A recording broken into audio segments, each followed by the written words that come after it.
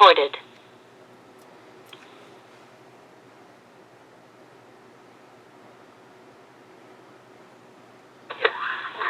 Okay. Call the meeting to order at 7 o'clock, and we will start with a pledge to the flag. You are muted. You can mute or unmute yourself by pressing *6. Republic for which it stands, one nation, under God, indivisible, with liberty and justice for all. All right, first up on the agenda is the, let's see what we got. Visitor Citizens Forum. At this time, any person who visits for the council not scheduled may speak to the council. The council may not comment on deliberating on such statements during this period, except as authorized by 551. Linda? No one signed up. No one has signed up. All right, moving on to the regular agenda then. Discussion of concrete roads. All right, so everybody's had a chance to look at the roads. Everybody understands the issue, so let me just recap it relatively quickly. So the concrete that was poured is fine. That came through at only 34 hours for it to cure. The concrete was good. The rebar was good. The pour was actually good. The problem was in the finishing after the concrete pour. So in trying to extract the L-bars, instead of extracting them from the bottom, they tried to extract the L-bars from the top and end up breaking the top of the concrete, which we now know is spalling. That's the word. So, new word, spalling. So, that was the issue at hand. The original solution in the field was we walked it, we started marking panels. Their initial assessment prior to the walk was the people in the field had said that there were about 20 panels that they thought were damaged. But we now know after walking it, it turned out to be 89 panels that were damaged.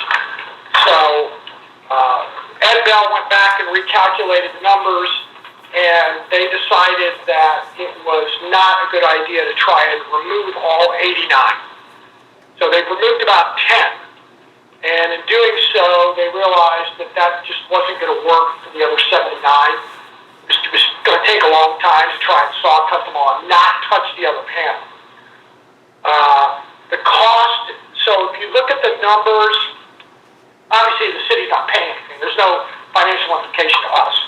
But if you look at the bid documents, the cost that they're charging us, which let's just for say that's their cost. Let's just say that number is $47 a square yard. That's how they priced it out. So if you use that number, the cost of the concrete to be removed was about $80,000.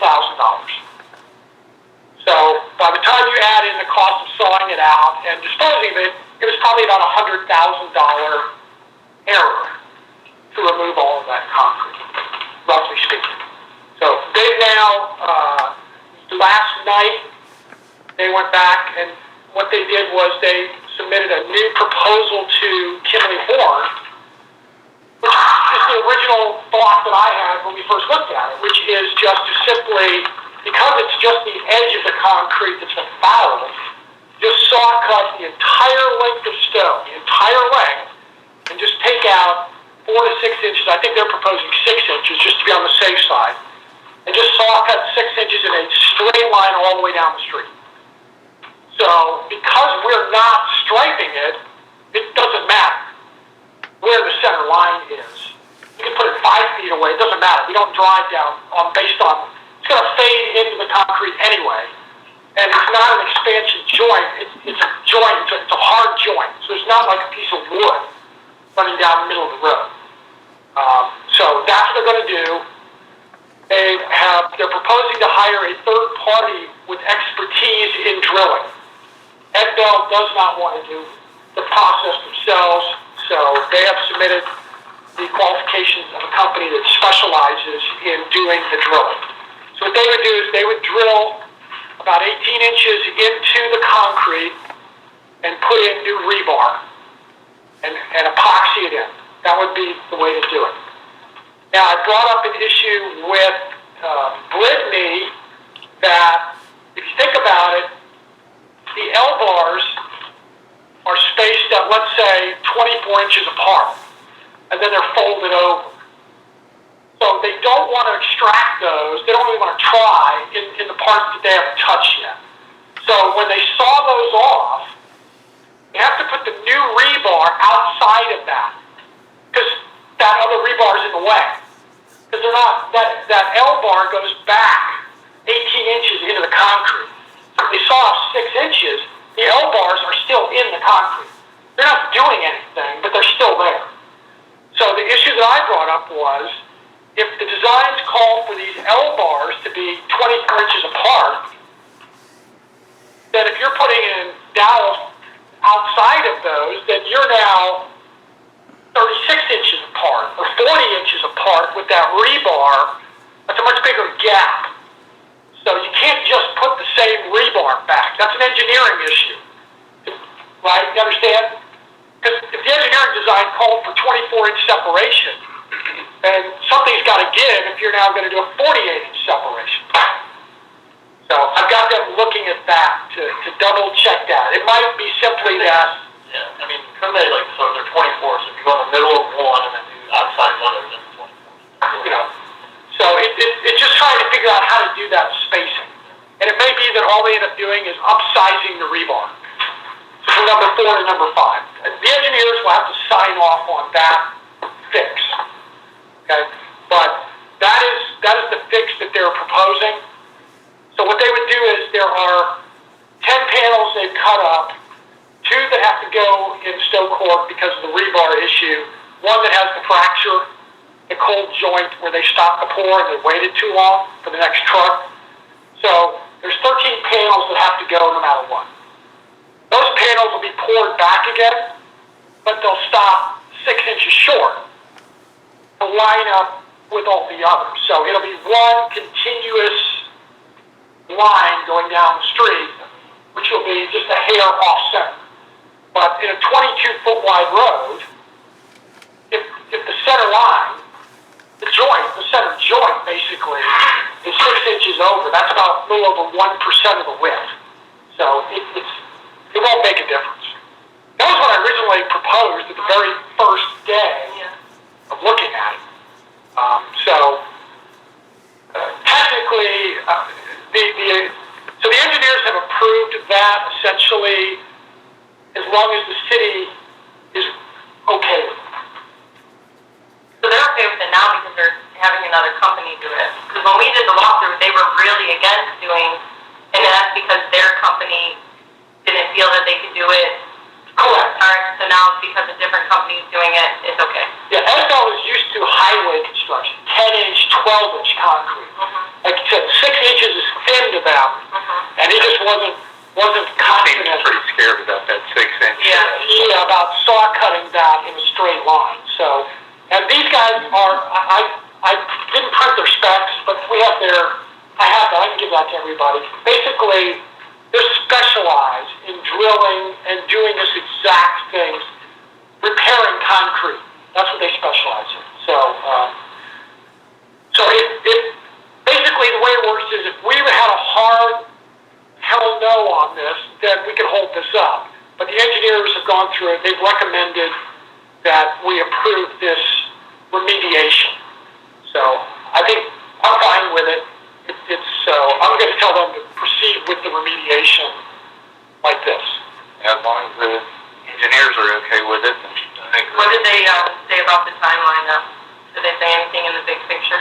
Not really, although this will save them a lot of time. I mean, if you watch them demoing those other panels, at the speed they were going, it was going to take them another week, 10 days to get these panels. They only moved a handful within a single day. Yeah, that's 89 of them that were marked, and they only took out 10 after 2 days of working out there, saw cutting and removing. So if the engineers approve it, that's good. And then the liability of all this is on Ed Bell. right. So again, one of the unwritten advantages that we have is that our 2-year warranty doesn't start until the entire project is finished. Essentially, we're going to get 3 years warranty on stow because it's first. So basically, we have 3 years for something to happen, if it's going to happen. And they don't think there's going to be a problem with it. All the other streets after that, they're going to use this 2-piece screw assembly, so they will never use the L bars again. So they're going back to the original pour, right? Consistent pour, and then they're going to just use a different joint. They're going to use a different method down the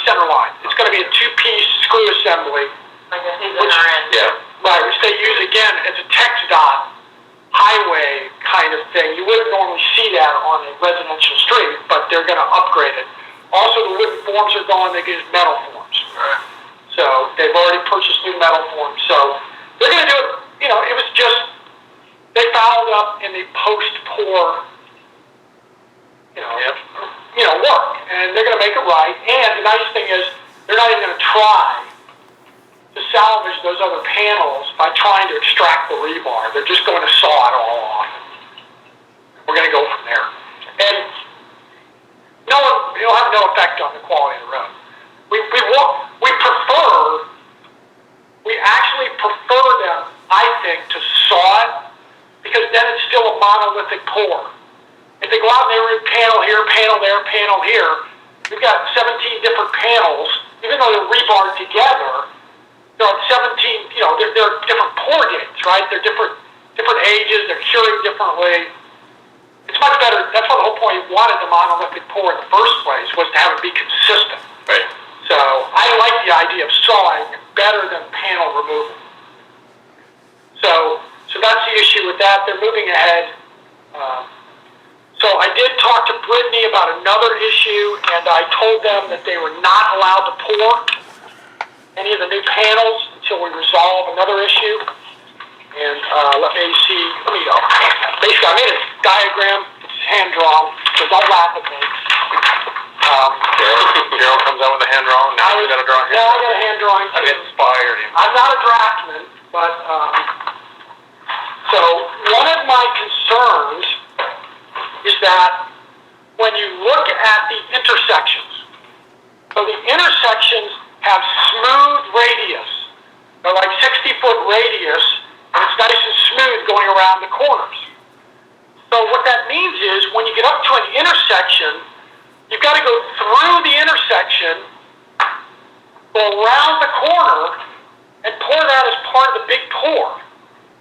Or you have to do like what they did on Hillside and Lakecrest. You stop short, back around the corner, so when we do High Ridge, you wrap around the corner down here and get back where it's only 22 feet wide, and then you line up. Right? So when we do High Ridge, we're going to wrap around to tie back in. Okay? So, for instance, if you were to go up on Stowe now and get too close to Cary, then when Cary tries to go around the corner and do the radius, you're too close. It's going to miss because the road's too far ahead. So what they're doing on Woodcrest is what the diagram on the right is. If you pour concrete, you can't go tangent to concrete that's already poured. It'll break off. They have to go a foot or more and square it up. So you had to put these stupid winglets. So I have one of these on my own driveway because we expanded the arc on my driveway. So when they expanded the arc, they had to have these little wings because you can't go tangent. So that's how it works. So on Woodcrest right now, they blew past Woodcrest in a straight line. So they're going to end up doing this goofy thing on the right where they're going to go around and miss it and then square it up with these little wings. So I've articulated to Brittany, these are not acceptable. We will not accept these wings. They have to be tangent. So they have to go around the corners when they pour. So I told her they are not allowed to pour any new panels until she verifies that the starting point on Stowe, at the Stowe-Cary intersection, is far enough up Stowe that Cary can come around the corner and hit it with the arc. That make sense? Because if it's too far forward, right, we won't be able to make the arc work. Same with the end closest to Melody. Is to make sure Melody then has the ability, when they pour Melody, to come around the corner and hit it squared up. It's not going to miss. So Brittany's working that to make sure, but they're not allowed to pour those panels back till we get that. And we're going to articulate that they're not allowed to do that anywhere in the city. Every single radius has to be continuous, part of the monolithic pour. And that's what the documents have for the plans. And because it's a plan spec, they have to do it. So this is not an equivalent way to do it. It's wrong. Now, if we really wanted to go crazy, we could probably make them do something with the Woodcrest Stowe intersection, but in the interest, I think, of moving forward, I think we just let sleeping dogs lie there. And then that's the least traveled road probably in the whole city. So, that intersection. So, but what that means, for instance, is the next one they're going to do, Matt, is Woodcrest. That means when they go down toward High Ridge, they've got to pull back on High Ridge to give High Ridge a chance to come around the corner, right? So that's why I think it's important right now to get this out before we end up having that issue. Okay? So that's kind of the update on the road. Other than that, I don't think there's going to be an appreciable change in the schedule. This thing is, it's a year-long project. There's a lot of slack built in the schedule. I don't think it'll have a material impact on the schedule. They'll catch up pretty fast. There's no financial impact to us at all in the schedule. It was a mistake, but they corrected it. So, it happens. It's good that they made it right. They're going to make it right, and they're going to change the method, which makes me happy. That the method's going to change to a much easier method. Yeah, but thinning that rebar out just doesn't seem very good. Yeah, so I'm all's well that ends well. I think, it's fine. At the end of the day, it's going to be just fine. Yep. Okay? Anybody have any other questions about kind of the roads? No? Okay. All right, so next up we have a discussion of fiscal year 2020-2021 budget. So what I wanted to do is take an opportunity to give everybody an idea of one of the big numbers that we deal with.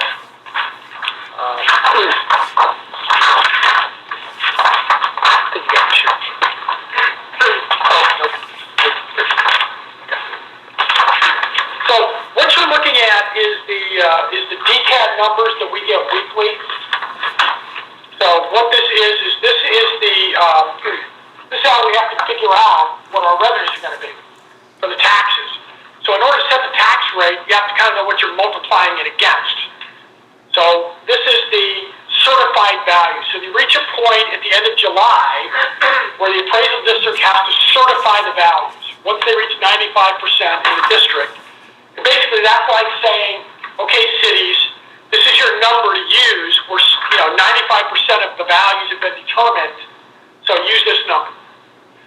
So what the top sheet is, this is what it was on June 25th. So preliminary numbers mean that they're done.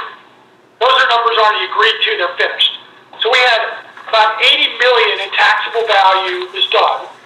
We had $30.9 million that was under appeal, and our total was $111.3. Okay, so that was what it was on June 26th. So last week we got the numbers. If you go to the next page, and so after a week, what's happened now is the amount under review is now $28 million. So the amount under review dropped by $2,836,000. So those appeals were heard. So the under review dropped by $2.8 million. And then if you look at the final numbers, the preliminary numbers, they went up by $2,811,000. So people are appealing, but they're not getting anywhere. So in other words, the total reduction is less than 1% of the amount appealed. So far, the appeals aren't having much traction. Of the $111,357,000 that you see there, $2 million of that, $2.3 million of that is new construction. New to us. So if you take that out, that's about $109 million. Last year, we were at $108 million. So basically, our appraisals are flat. We're going to end up, people on people, it's going to be flat. So we'll go up by a couple of million just on the new construction. And that's about par for the course. We average about we average about 5 to 6% appreciation and about 2% new construction. And we end up with about 8% year-on-year kind of annual big number growth. So you can see if the current appeal success rate holds, then they're getting about a 1% deduction when they're appealing. So we've got 28 million left under appeal. So 1% of that is about 280,000, which means we would come in at about 111 million. In the budget, the number that's built into the budget right now is 110 million. So we're hanging in there. We'll get another update. We should have got one today, but we didn't. So basically, we'll see. But this is what we're working off of. This is how you get the tax numbers. And it changes every week. So what's going to happen with us is next 2 weeks from today, we will have our first public hearing on the budget. So we'll have a short discussion on the budget, but that will be a first public hearing. 2 weeks from now. And then on our regular scheduled August meeting, we will adopt the budget. We'll have our second public hearing, and we will vote on the budget at the August meeting. Then we'll have, we may cancel the second August meeting, depending upon other things going on.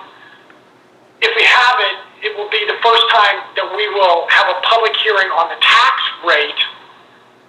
And then at our September meeting, we will adopt the tax rate, and we have to re-vote on the budget and say, yes, we really meant it. So that's kind of the chronology of the next two meetings. At our next meeting, we will also have the MDD budget.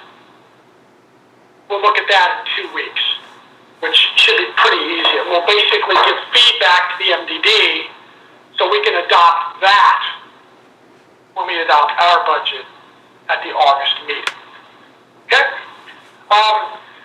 The numbers, I don't know if anybody, looked through the numbers. I made a few minor changes to the numbers.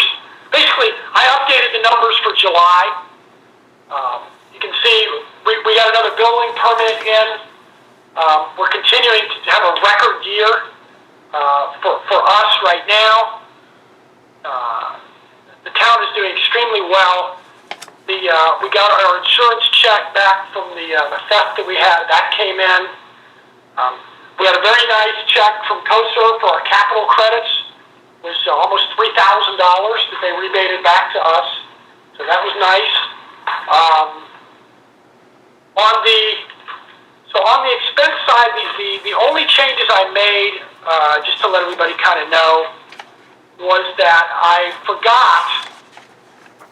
There's a mistake that I forgot about, which was in the payroll line. So in our payroll line, what we did was last year, when we adopted the payroll module in QuickBooks, which is what the auditors made us do, they made us adopt that for payroll purposes. Summer was always been paid out of the utility budget. So what we were doing, but the QuickBooks paid, the payroll module comes out of the general fund, because that's where Linda comes from and the building inspectors. So we only have the payroll module out of the general fund.